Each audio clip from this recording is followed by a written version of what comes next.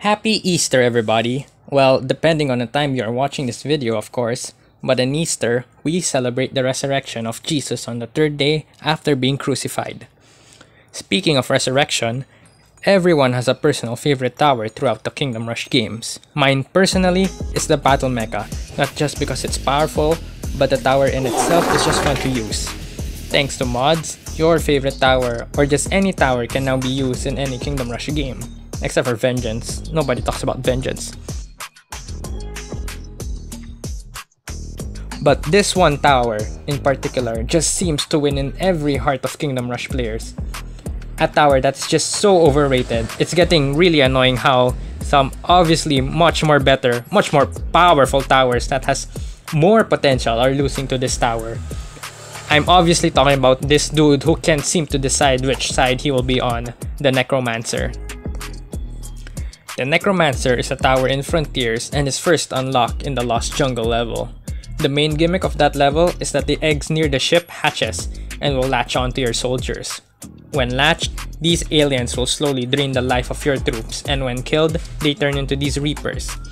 Thanks to the Necromancer, it counters this gimmick as the skeletons it summons don't turn into Reapers when dead, as they are already dead in the first place. Now, I want to first talk about the positives of this tower before the negatives, as the Necromancer fandom might just cancel me more than the BTS army. Smooth like butter, like a criminal undercover. The first thing that might come in mind when talking about how good this might be is when we talk about its ability to summon skeletons of defeated enemies. These skeletons are not the most powerful stallers in the game, but it is something. They can be boosted with the Death Rider, which is a nice little addition for them to be a bit stronger, but they really are not that strong for themselves. The Necromancer tower itself attacks pretty fast. Well, it is considered average attack speed, but compared to most specialized magic towers in the first 3 games, it is pretty fast. Obviously, the Wild Maggots is faster, and some towers in Vengeance, but they are too fast to be compared, and it will be unfair if we judge the towers just because on how fast they attack. One last positive thing I would like to talk about are the star upgrades, specifically the Brilliance upgrade, where it increases the damage of all mage towers for every other mage tower built. I know that this will sound a bit dumb, but a strategy that I sometimes use is to just spam Necromancers, as they can act as both stallers and consistent damage dealers. Now, all of these points are coming from me, who yes, does enjoy using the Necromancer tower, but again, other towers have much more convincing positive aspects from them that will make them far superior from the Necromancer.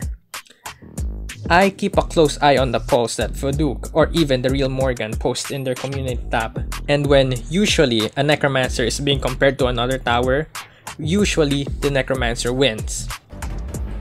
Next up is the Necromancer who wins every damn poll, holy shit! Which is really annoying how much the Necromancer has won over these polls. I myself honestly see the Necromancer tower as more of a support tower rather than a powerhouse that most people would see it. They would think, oh hey, it attacks fast, deals consistent damage, and summons stallers. Now, come to think of it, if a tower had an ability to make or summon stallers, it would usually considered automatically good. A great example is the Deep Devil Reef, which honestly is another pretty overrated tower. Am I saying that it's trash? No. Overrated? Yes. My opinion on the Necromancer tower drastically changed over time. The old tier list I made? Yeah, honestly I wished I ranked the Necromancer a bit lower, because I now know what the true potential of some towers have over the Necromancer. Other points I would think on why people are obsessed with this tower is how aesthetically or how cool this tower looks. As a person who draws or design, I admit this tower looks badass. The color scheme of black and green also gave it a powerful look. The color green would usually be used in association with power. I mean, just look at Veznan. He came from using the color red to the color green. If this tower had a different color palette, people may think differently of this tower. But judging a tower just because it looks cool is not fair. It would be a category on its own. I won't be surprised if the Necromancer ranked S+ on the coolest tower design tier list.